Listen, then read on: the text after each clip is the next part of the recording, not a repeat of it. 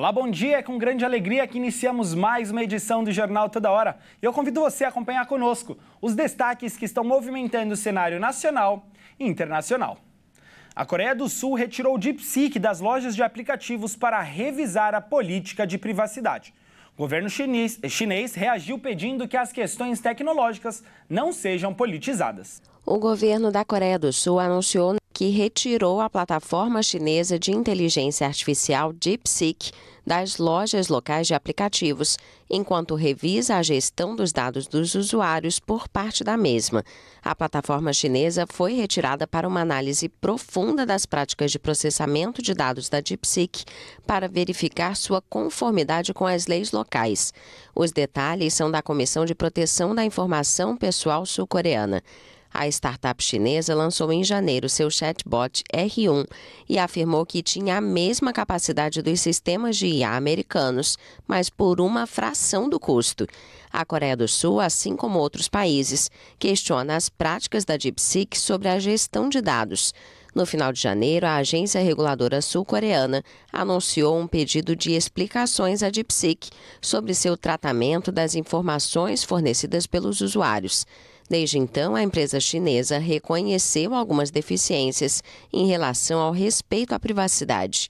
A China afirmou que suas empresas respeitam as leis e normas locais e pediu que as questões tecnológicas não sejam politizadas. Representantes da Rússia e dos Estados Unidos se reunirão hoje na Arábia Saudita para debater o futuro das relações bilaterais e a busca por soluções para o conflito na Ucrânia. No último sábado, durante uma conversa telefônica, o ministro das Relações Exteriores da Rússia, Sergei Lavrov, e o secretário de Estado americano, Marco Rubio, concordaram em retomar o diálogo e expressaram a vontade de cooperar para resolver o conflito na Ucrânia. A Ucrânia, ela teme também ser deixada de lado, assim como a União Europeia, nos diálogos para encerrar a guerra iniciada há quase 3 anos com a invasão russa. E agora eu sigo falando também sobre política, mas agora a política nacional. Isso porque após o encontro do G20 no ano passado, o Rio de Janeiro vai sediar o encontro dos BRICS em julho.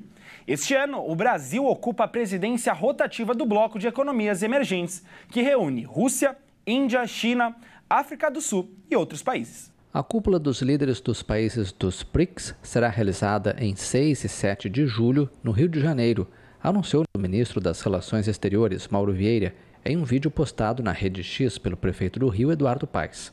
O Bloco de Economias Emergentes reúne Rússia, Índia, China e África do Sul, entre outros países. Este ano, o Brasil ocupa a presidência rotativa do BRICS. Durante a cúpula, vamos tomar decisões muito importantes para o desenvolvimento de todos esses países, para a cooperação e para a melhoria da condição de vida de todos os habitantes desses países, acrescentou Mauro Vieira. O presidente americano Donald Trump reiterou na última quinta-feira a ameaça de impor tarifas alfandegárias de 100% aos países do BRICS que tentarem acabar com a hegemonia internacional do dólar.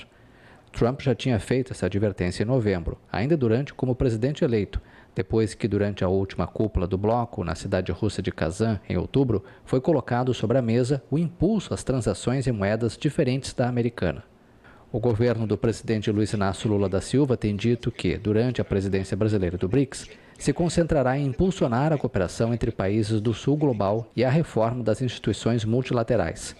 Entre suas prioridades, ele mencionou o desenvolvimento de meios de pagamento para facilitar o comércio e os investimentos entre os países membros. Em janeiro, o chefe negociador brasileiro do bloco, Eduardo Saboia, disse em entrevista à agência France Presse que não há nenhum projeto para substituir o dólar, mas sim uma discussão sobre o uso das moedas locais nas transações. Criado em 2009, o grupo foi ampliado recentemente com a inclusão de países como Indonésia, Irã, Egito e Emirados Árabes Unidos, além de uma dezena de países associados, entre eles Cuba, Bolívia, Nigéria, Argélia e Turquia. A nova onda de calor afeta o país, fazendo as temperaturas ficarem bem acima da média para o período. Em pelo menos 6 estados brasileiros, as máximas devem passar de 30 graus durante a noite. Em menos de 50 dias após o início do ano, essa já é a terceira onda de calor que chega ao Brasil. O período deverá ter temperaturas extremas e noites abafadas, com os termômetros marcando acima dos 30 graus. Segundo registros oficiais do Instituto Nacional de Meteorologia, uma nova massa de ar quente avança sobre o centro do país, impactando amplas áreas das regiões Sul, Sudeste, Centro-Oeste e parte do Nordeste. A terceira onda começou nesta segunda e vai até o dia 24 de fevereiro, elevando as temperaturas em mais de 5 graus acima da média em uma ampla área do país. Os principais estados afetados serão Mato Grosso do Sul, São Paulo, Minas Gerais, Goiás, Bahia e Pernambuco. Mas regiões vizinhas também podem sentir os efeitos do fenômeno. As temperaturas começam a subir e as máximas devem alcançar até 38 graus em Corumbá, Mato Grosso do Sul, 33 graus em São Paulo e 34 em Petrolina, Pernambuco. E o calor deve continuar intenso durante a noite, com madrugadas abafadas. As temperaturas ficam até 9 acima da média no leste de Minas Gerais, 8 graus em Florianópolis, Santa Catarina e 7 graus mais altas em São Paulo.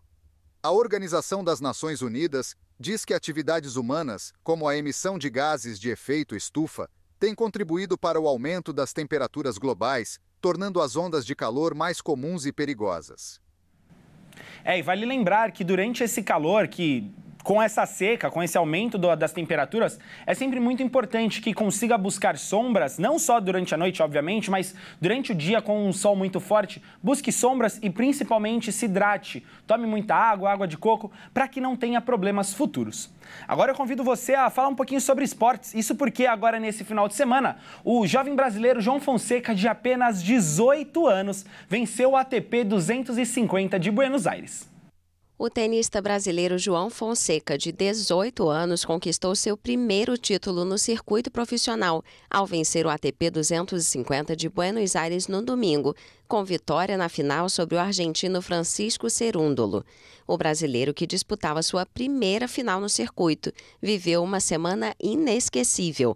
Ele derrotou na decisão o número 28 do mundo e melhor tenista da Argentina.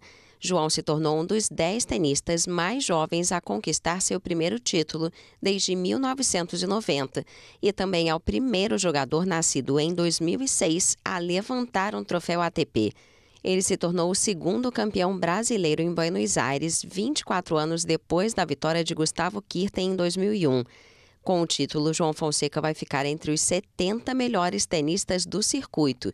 Essa semana, o jovem enfrenta o Rio Open, o principal torneio de tênis da América do Sul. É muito orgulho saber que um brasileiro vem conquistando tantas coisas com tão pouco tempo de idade. E vale lembrar que hoje o brasileiro estreia no Rio Open contra o francês Alexandre Miller. Nós desejamos toda a sorte do mundo para você, João. E olha só, nós chegamos ao final de mais uma edição do Jornal Toda Hora, mas se você perdeu alguma parte, você pode ficar sossegado. Só acessar o nosso canal no YouTube e assistir a edição completa. Não esqueça de curtir, comentar e se inscrever. E eu volto a 1h35 com mais uma edição. Eu te espero. Até já. Tchau, tchau.